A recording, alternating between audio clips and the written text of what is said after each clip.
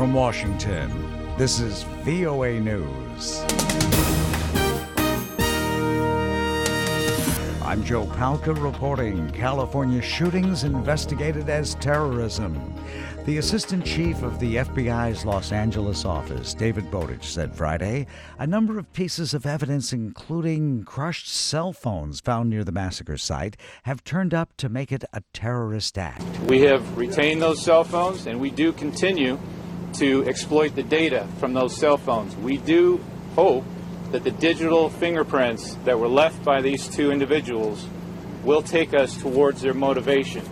David Casey is an attorney for the family of Syed Rizwan Farook.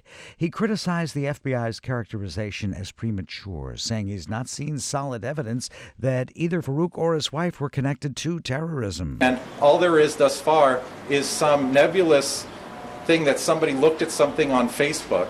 I mean, any one of us may have looked at something on Facebook. It doesn't mean we believe in it. Farook and his wife Tashfeen Malik killed 14 people and wounded 21 at a Christmas party held Wednesday by an agency helping the developmentally disabled in San Bernardino, California. A prayer vigil was held at a mosque in Riverside, California on Friday, the very mosque attended by Farook. Amir Abdul Malil says he knew Farook and knew him well. I'm hurt because this, like I said, I've been coming here for 25 years. And almost everybody in the community knows me, but they don't have a personal relationship with me like he did. I have his phone number. He would call me and check on me. Brother, how are you doing? Do you need anything? My car has been sitting in the parking lot for a year, and no one offered to help me, and they know me. But this brother told me, just get the money for the parts. I will fix your car for free. This is VOA News.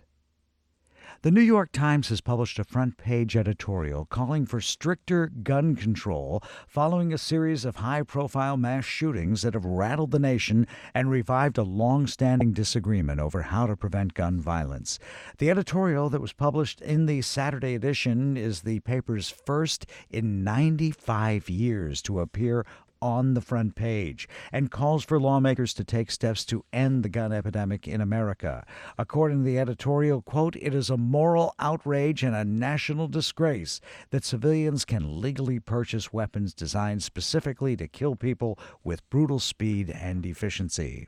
Islamic State militants may be trying to counter increased pressure from U.S.-backed ground forces and the ongoing coalition air campaign by forcing more children to join their ranks. U.S. officials became the latest to join the chorus of groups accusing Islamic State of child conscription, saying the terror group recently sunk to new lows. U.S. Central Command spokesman Colonel Pat Ryder said Friday that evidence indicates that the conscripts are as young as 10 years old and are used in various capacities, and that would include fighting. Iraq on Saturday demanded Turkey immediately withdraw its forces from a region near Mosul, saying the deployment is a serious violation of its sovereignty. The statement by the Iraqi Prime Minister's office confirmed a Turkish regiment and several tanks and artillery entered Iraqi territory without Baghdad's approval. Turkish officials say the troops were in the Mosul-Bayshiga region for routine training exercises. A week-long international conference that focused on AIDS and sexually transmitted diseases in Africa has ended in Zimbabwe's capital of Harare. Here's Sebastian Mofor for VOA. Medical researchers, HIV activists, and health officials from across the continent met at the conference known as ICASA to look for ways to achieve an AIDS-free Africa. The United Nations says there have been dramatic strides in the fight against HIV/AIDS.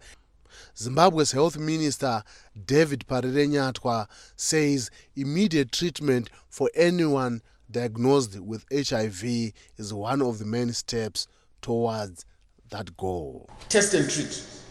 That has come out very strongly. So once you're tested for HIV and you're found to be positive, go straight for treatment. Sebastian Mofu for VOA News, Harare.